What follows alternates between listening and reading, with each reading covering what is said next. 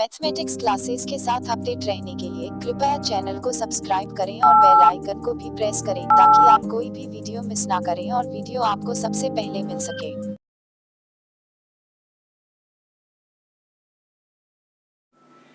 Now it is question number 10.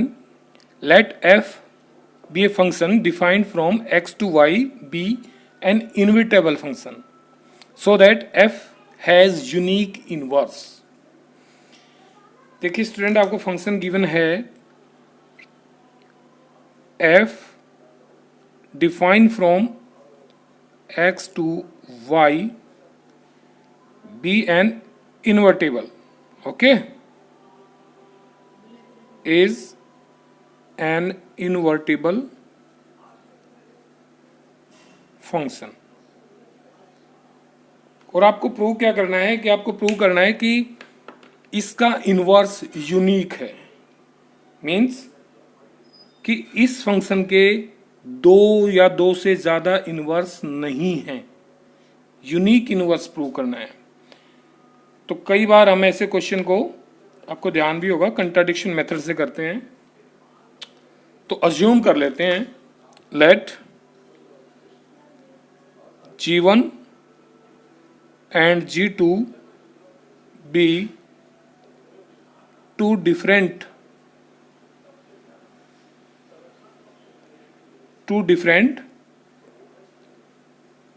Inverse of f। तो आपने क्या किया, हम अज्यूम कर लेते हैं कि G1 और G2 इसके दो अलग अलग इनवर्स हैं। दो इनवर्स आपने मान लिए।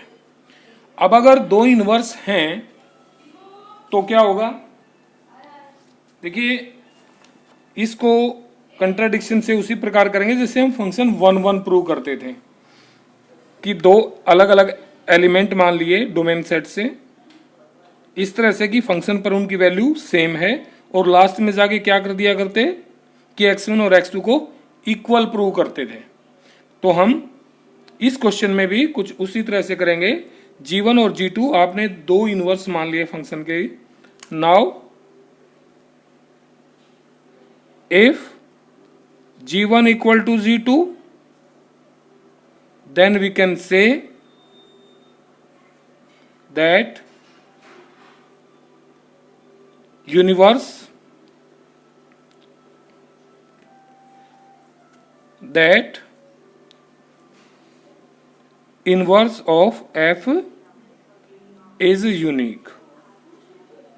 यानी कि अगर हम G1 और G2 को इक्वल प्रूव करें तो हम कह सकेंगे कि f का इनवर्स यूनिक है। अब इसको कैसे करेंगे,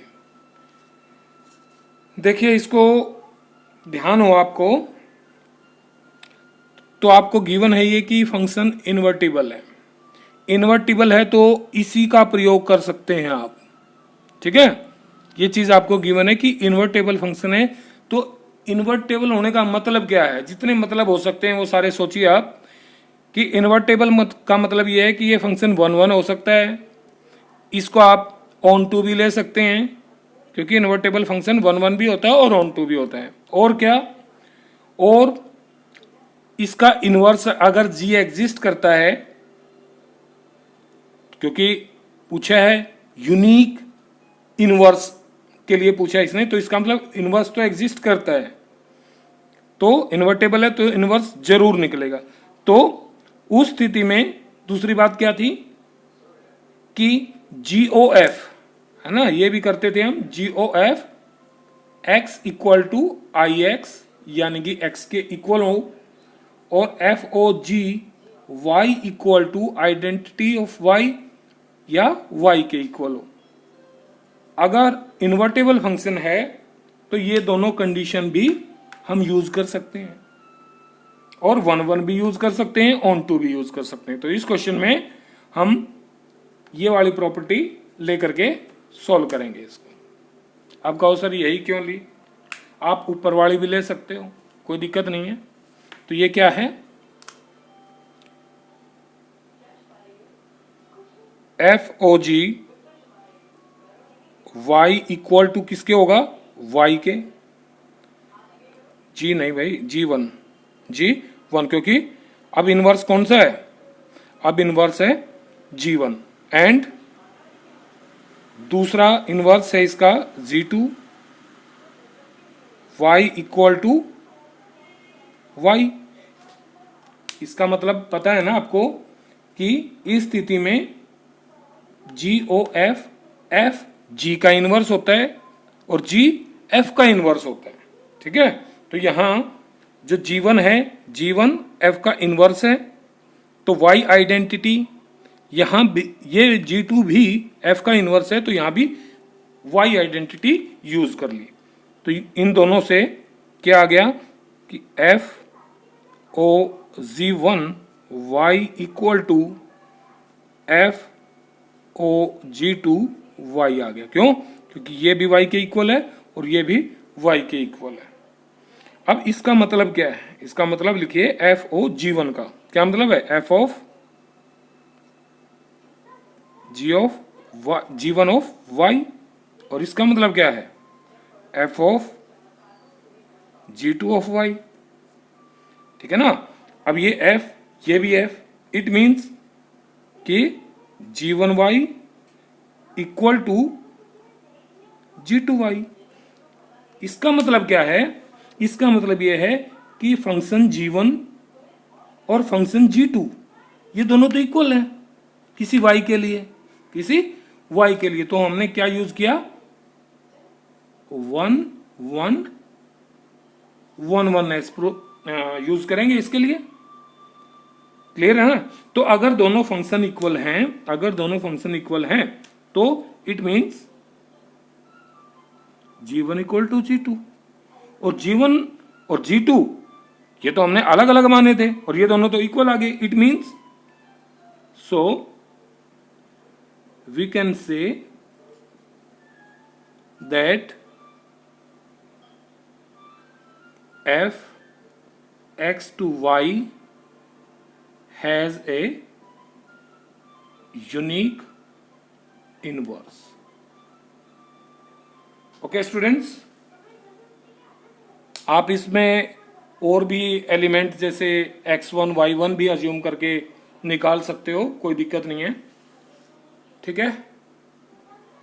now 11th question, consider f from 1 to 3 to ABC, और डिफाइंड किया गया फंक्शन को f1 की वैल्यू a है, f2 की वैल्यू b है और f3 c के इक्वल है, और आपको इसका इनवर्स निकालना है, फाइंड f इनवर्स। देन आगे भी कुछ प्रूव करना है, उसको भी देखेंगे, पहले इसका इनवर्स निकाल। अब इनवर्स निकालते हैं तो ये फंक्शन इन्वर्टेबल है या नहीं है ये प्रूव करेंगे। तो इन्वर्टेबल के भी दोनों ही एस्पेक्ट यूज कर सकते हैं आप, इसको 1 1 on 2 डिफाइन करके, या फिर g फंक्शन डिफाइन करके और g के लिए GOF x identity of x हो और FOG y identity of y हो। तो पहले हम इसको एक बार एरो डायग्राम से ऑब्जर्व करते हैं। वी हैव फंक्शन 1 2 3 एक सेट है और दूसरा A B C, और F को कैसे डिफाइन किया गया है, 1 पर वैल्यू A है, 2 पर वैल्यू B है और 3 पर वैल्यू C है। ये आपका फंक्शन F डिफाइन हो गया। क्लियर। अब एरो डायग्राम से आप देख पा रहे हैं कि फंक्शन 1 1 है, क्योंकि 1 2 3 तीनों की अलग अलग इमेज है, और फंक्शन ऑन टू भी है, क्योंकि इस कोडोमेन सेट में कोई भी एक ऐसा एलिमेंट नहीं है जिसकी डोमेन सेट में परी इमेज एग्जिस्ट ना करती हो, सभी की है, ठीक है। तो फंक्शन 1 1 भी है और ऑन टू भी है। हियर वी कैन ऑब्जर्व, लिख दीजिए इस बात को, that each element of domain set has a distinct image in codomain set. Okay, also so पहले इसको यहीं लिख दें. So f is 1 1. Clear. Now also each element belong to codomain set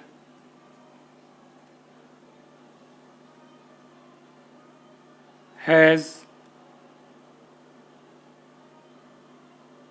one pre-image in domain set. So f is on to. अब function आपने 1 1 भी prove कर दिया, on to भी प्रूव कर दिया. It means it is invertible. It means इसका inverse हम फाइंड कर सकते हैं. नाउ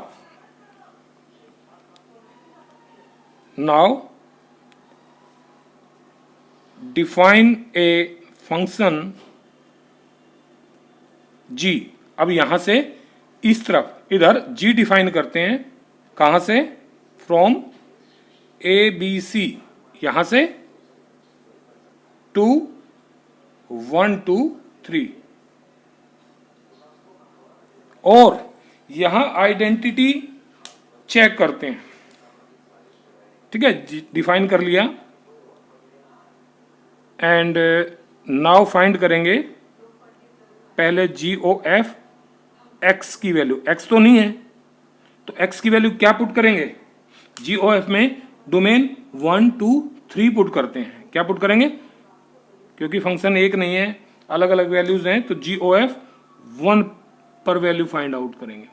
और GOF 1 पर वैल्यू क्या आनी चाहिए? 1 ही आनी चाहिए. तो IX हो जाएगा, यानी कि आइडेंटिटी हो जाएगी डोमेन सेट के एलिमेंट्स के लिए. तो कीजिए, इसका मतलब क्या है? G of f of 1. f1 की वैल्यू, f की 1 पर value a, G of a, और GA की वैल्यू a पर, GA इधर से आएगा ना, GA की वैल्यू 1 आ गई, तो ये तो 1 आ गया. ऑल्सो इसी तरह से GOF कहाँ 2 पर निकालिए, क्योंकि GOF तो x की वैल्यू यानी कि डोमेन सेट पर निकलेगा. तो ये आएगा G of f of 2 equal to G of 2 की value b equal to G की वैल्यू b पर 2. ठीक है ना. आप इसको अलग से डिफाइन कर सकते हो चाहो तो G को. अगर इसमें कंफ्यूजिंग है तो G कहां से है? A B C 2 1 2 3. तो G फंक्शन कुछ ऐसे डिफाइन होगा, A पर 1, B पर 2 और C पर 3 होगी वैल्यू. और GOF 3 पर वैल्यू क्या आएगी?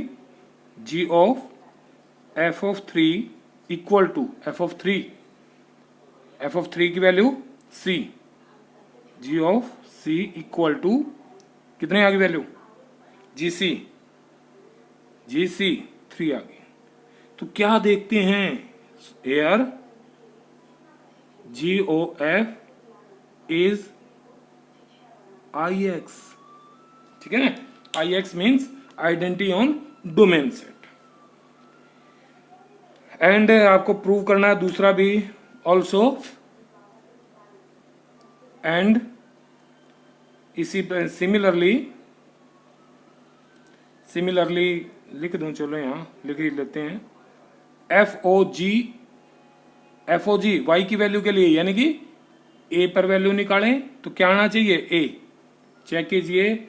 f of GA equal to GA की वैल्यू 1. एफ ऑफ वन की वैल्यू ए। तो इसी तरह से एफ ओ जी बी पर बी आ जाएगा, एफ ओ जी सी पर सी आ जाएगा, एंड वी कैन से कि F O G for Y क्या हो जाएगा, is identity on Y. So जब ऐसी स्थिति हो तो इनवर्स क्या होता है, तो इनवर्स क्या होता है, G. So G is inverse of F. And what is G, G function कैसे डिफाइन है, therefore F inverse equal to G. और जी फंक्शन कैसे लिख सकते हैं आप, जी को लिखेंगे आप G A equal to 1, G B equal to 2, G C equal to 3, ठीक है ना। जी और जी को हम कुछ ऐसे डिफाइन कर सकते हैं, यानी कि एफ इनवर्स क्या होगा, जी, और जी फंक्शन ये है, तो ये इनवर्स आ गया, ये क्या आ गया, इनवर्स किसका, एफ का। तो इसको हम ऐसे भी लिख सकते हैं, जी को क्या लिख सकते हैं, एफ इनवर्स। तो एफ इनवर्स ए पर वैल्यू 1, एफ इनवर्स बी पर वैल्यू 2 और एफ इनवर्स सी पर वैल्यू 3 हो, ठीक है ना। ओके, ये तो आपने इसका इनवर्स फाइंड आउट कर दिया। अब बात ये थी कि यहां जैसे ही आपने 1 1 और ऑन 2 प्रूव किया, तो क्या डायरेक्ट यहां से हम इनवर्स नहीं लिख सकते थे, लिख सकते थे। तो इनवर्स क्या होता, जी फंक्शन, इनवर्स क्या होता, जी फंक्शन, और जी को आप इस तरह से डिफाइन कर सकते। फिर ये सारा करने की आवश्यकता क्यों पड़ी, ये यहां जी डिफाइन कर लिया है, ठीक है ना। जी ये फंक्शन है और डिफाइन करके आप जी को यहां लिख सकते हैं, है ना। क्या ए पर वैल्यू 1 रहेगी, बी पर 2 रहेगी और सी पर 3 रहेगी। अब साथ के साथ इसमें एक बात और प्रूव करनी है, सो दैट एफ इनवर्स का इनवर्स एफ होगा, एफ इनवर्स का इनवर्स इक्वल टू एफ होगा। अब इसको प्रूव करेंगे, इसका मतलब समझिए कि भाई एफ का इनवर्स, अब एफ का इनवर्स क्या है, जी रखेंगे, और फिर जी का इनवर्स क्या आएगा, जी का इनवर्स एफ होगा। क्यों होगा, क्योंकि जब यहां आप दोनों आइडेंटिटीज प्रूव करते हैं, G O F is I X, इसका मतलब क्या होता है कि जी एफ का इनवर्स है और एफ जी का इनवर्स है। तो इट मींस इसको आप लिख सकते हो, यानी कि आप चाहो तो left hand side equal to F inverse और इसका है। अब आपको पता तो चल गया कि भाई एफ का इनवर्स क्या है, एफ का इनवर्स जी है, तो यहां जी रखिए, एफ इनवर्स की जगह जी। अब जी का इनवर्स इक्वल टू, अब जी का इनवर्स क्या आएगा, जी का इनवर्स देखो, जी फंक्शन कहां से कहां तक है, यहां से यहां, यानी ए पर 1 वैल्यू है, बी पर 2 है, सी पर 3 है, तो जी इनवर्स की वैल्यू क्या होगी, 1 पर ए, 2 पर बी, 3 पर सी। 1 पर ए, 2 पर बी, 3 पर सी, कौन सा फंक्शन, एफ। तो जी इनवर्स क्या होगा, एफ होगा। ओके, अगर आपको यह वीडियो पसंद आई है तो चैनल को लाइक करें, शेयर करें और सब्सक्राइब करें।